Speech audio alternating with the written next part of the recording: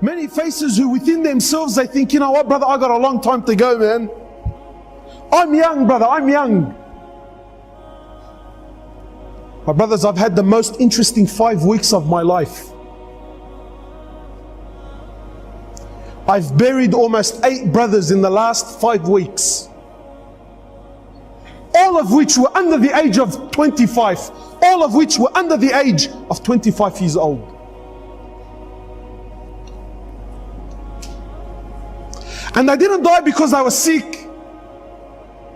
They didn't die because, you know what, he had some illness that doctors couldn't work out. No, perfectly fine boys. Wallahi, one of them, 18 years old, built like a tank. We actually had to bend his legs when we put him into the ground. He was so big, we actually couldn't fit him into the hole. We actually had to bend his legs to get him in there.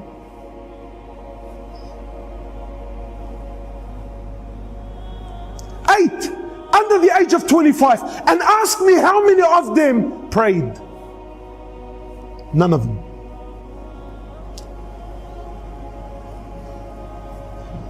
How many of them were familiar with Quran?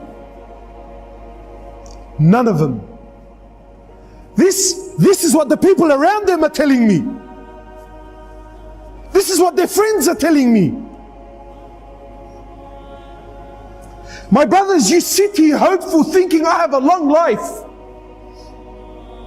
What gives you this hope, my brother? Go to the cemetery, billah alaik, please. I urge you, go to the cemetery and look and read the tombstones. But gone are the days when, you know, wallahi, I remember growing up, death belonged to Abu Ali and Abu Ahmed, who's done Hajj, and all of his kids are now married, and you know, he's got grandkids, he's 70 years old, he's croaking a white beard. Those days are long gone. You know, I'm 30 now.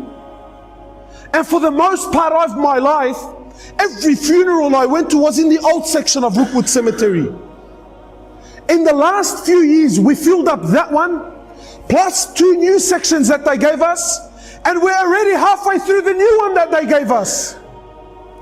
And 70% of these people that are buried there, 70% are under the age of 35 years old.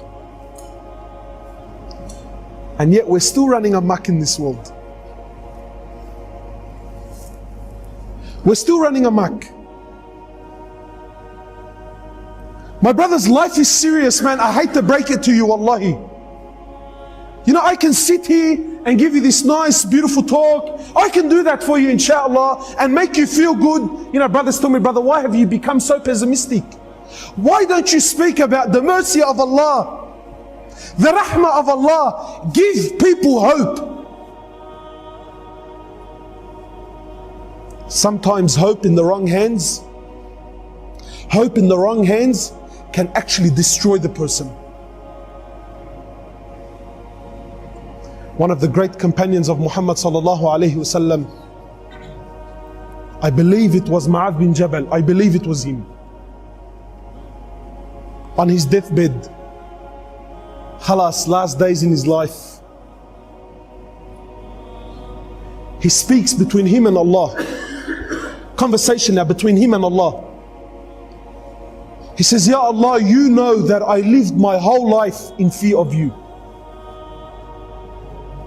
He says, Ya Allah, I lived my whole life in fear of you. And now, Ya Allah, I'm on my deathbed. Khalas, I'm dying, I'm going, I'm leaving. Now, Ya Allah, even if I wanted to do something, I physically can't. So, Ya Allah, I'm asking now I'm knocking on the door of your rahmah. Ya Allah, now I'm knocking on the door of your mercy. He says, I lived my whole life in what? In fear.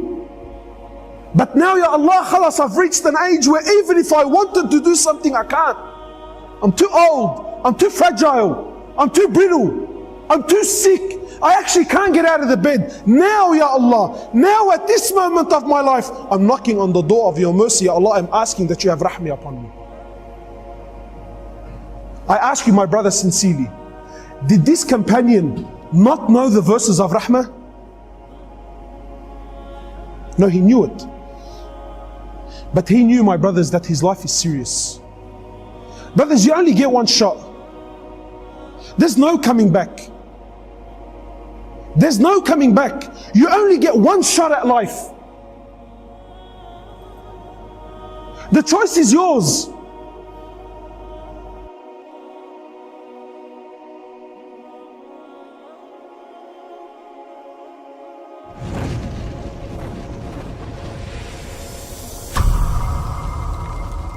سبيل الدموع سبيل مريح تنهد يا صاحي كي تستريح